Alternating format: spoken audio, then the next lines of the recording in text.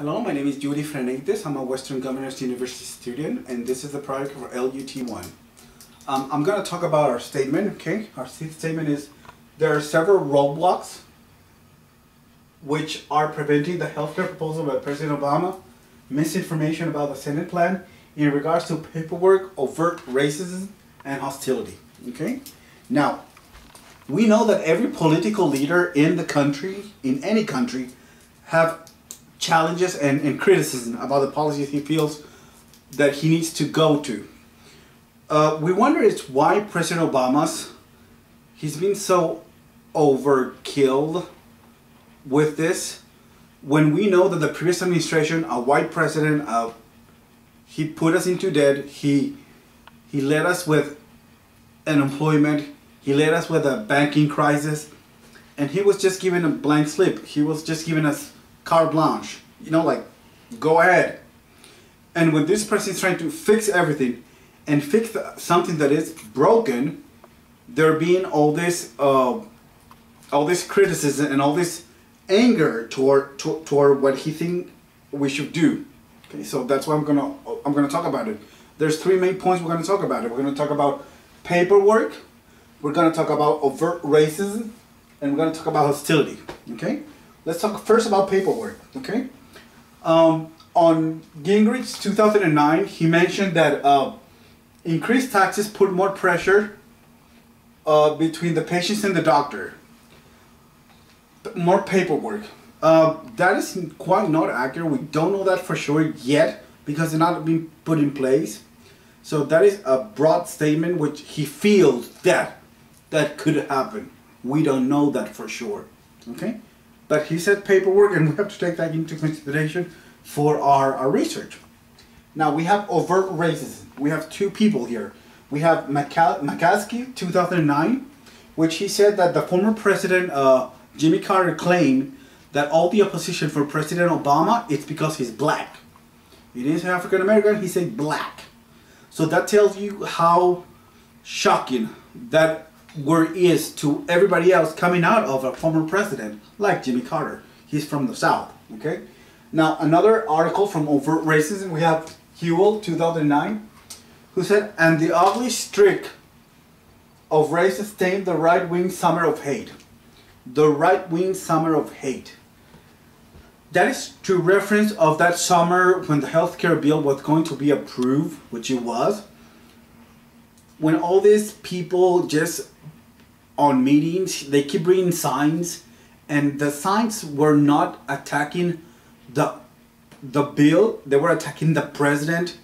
In one of those, we have President Obama signed as a witch doctor. Another one we have as a joker, which tells you pretty much that is all. It's anything. It's all about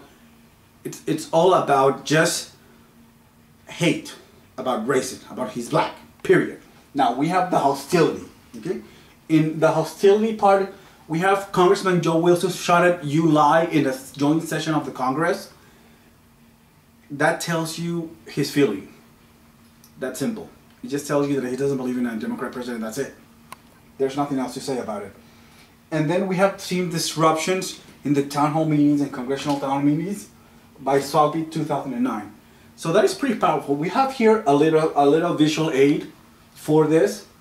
We have here a regular U.S. city, okay, with a lot of people just walking around, and on the background we have the youth, the new generation, the generation that supported the election of President Obama. When they see and they think about racism, what do they see? They talk about in the 30s there were the Ku Klux Klan, in the 60s there was the segregation movement in the South, and now we see the words of Congressman Joe Wilson with July. So that's pretty powerful right there. It tells you that they're looking into that, they're thinking about it. They see that we're kind of stuck in it. Here, there's another reflection of it where two policemen shot a monkey, where the monkey represents symbolically President Obama because of the color of his skin. So that tells you pretty much that yes, in this research we can conclude that yes, the opposition of President Obama, it's definitely about race.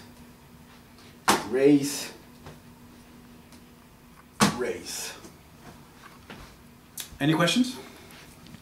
Yeah, something I noticed. You talk about Joe Wilson, and wow, I didn't hear that. Actually, it's interesting to hear like he said "you lie" in front of everybody.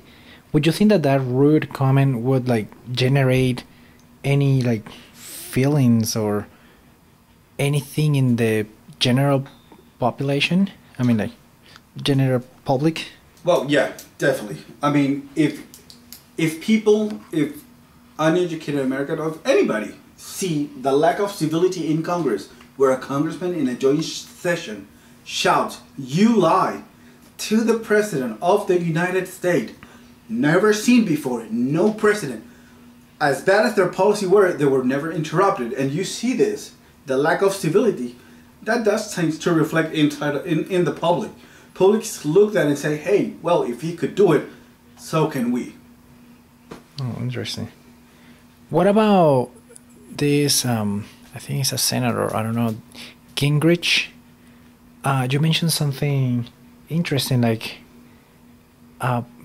he talks about like something about the. You mentioned actually the President Carter, and then you mentioned about Greenwich, and it's something that interesting. Like I see the contrast, and it's that one president, the president, former president, talks about like, oh, there is some racism going on, but actually Gingrich, he talks about more like, I don't know, I feel like his statement actually helps himself. Is there any, I mean, why would he, is he trying to run for president or something like that? Why? Well, first, yes, he is, of course. He's trying to appeal to his base. He's a Republican senator. He was former president of the Congress. And yes, he is running for president right now. He's thinking about it. He hasn't thrown it out yet, but most likely he will. And yeah, he's appealing to his base. And yeah, definitely the difference between both, it's very simple. He wants to be president. President Carter, as his title said, he's a former president, but in the U.S. we do call presidents, even if they're former president, they're no longer held in office.